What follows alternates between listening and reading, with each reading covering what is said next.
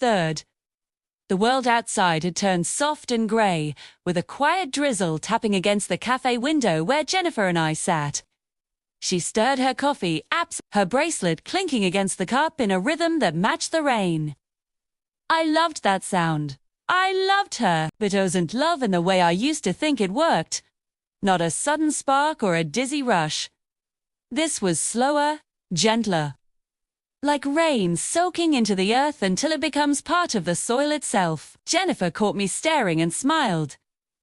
"You're thinking too hard again," she said, her voice warm. "Maybe," I replied, tracing my fingertip along the rim of my mug. "It's just... feels strange lately. Like I've stepped into a dream that finally makes sense." She tilted her head, her gaze soft and curious. "Does it scare you?" "Sometimes," I admitted, the confession hanging in the quiet space between us. This part of me that still afraid I'll wake up and lose it all, lose her. Jennifer reached across the table and took my hand, her fingers wrapping around mine. "You won't lose her," she said with a gentle firmness. "You are her. Amelia," her words lingered in the air, soft but grounding. Amelia. Hearing her say my name still sent a quiet warmth through me. Like the first deep breath you take after holding it for too long. It felt like coming home to a place I'd only ever dreamed of. We left the cafe when the rain slowed to a whisper. Walking down the narrow street where puddles shimmered like silver glass under the fading light.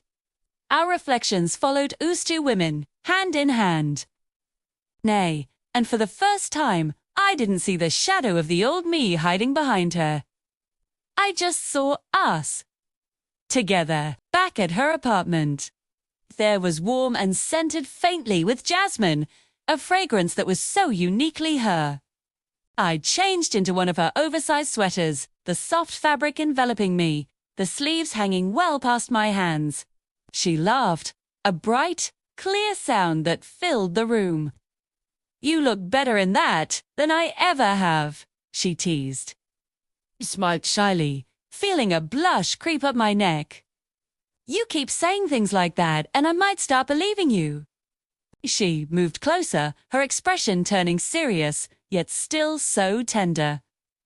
"Good," she said softly, her voice barely a whisper. We curled up on her couch, a movie flickering quietly on the screen in the background, but neither of us was really watching.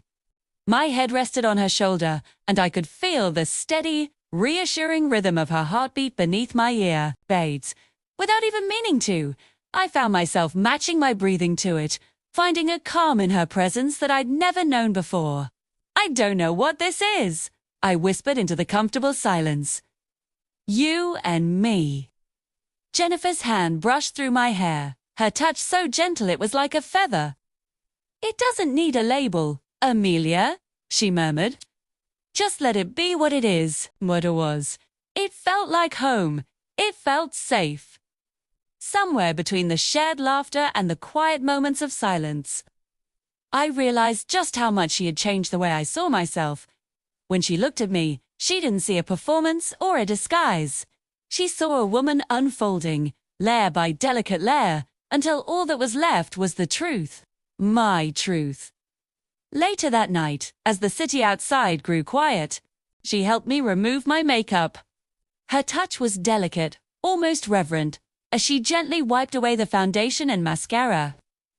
"You don't need all this to be beautiful," she murmured, her eyes meeting mine in the reflection. I looked at us in the mirror, her standing behind me, her hands resting on my shoulders, her gaze soft and sure. And for the first time, I didn't flinch at my own reflection.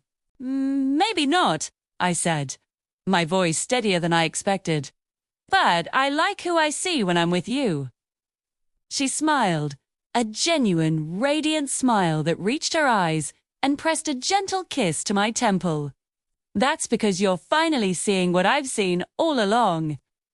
The rain started again outside, a faint and distant patter against the window pane. But in that small, warm room, everything felt clear. The world, my heart, my name. It all fit. For the very first time, love didn't feel like something I had to fight for or earn.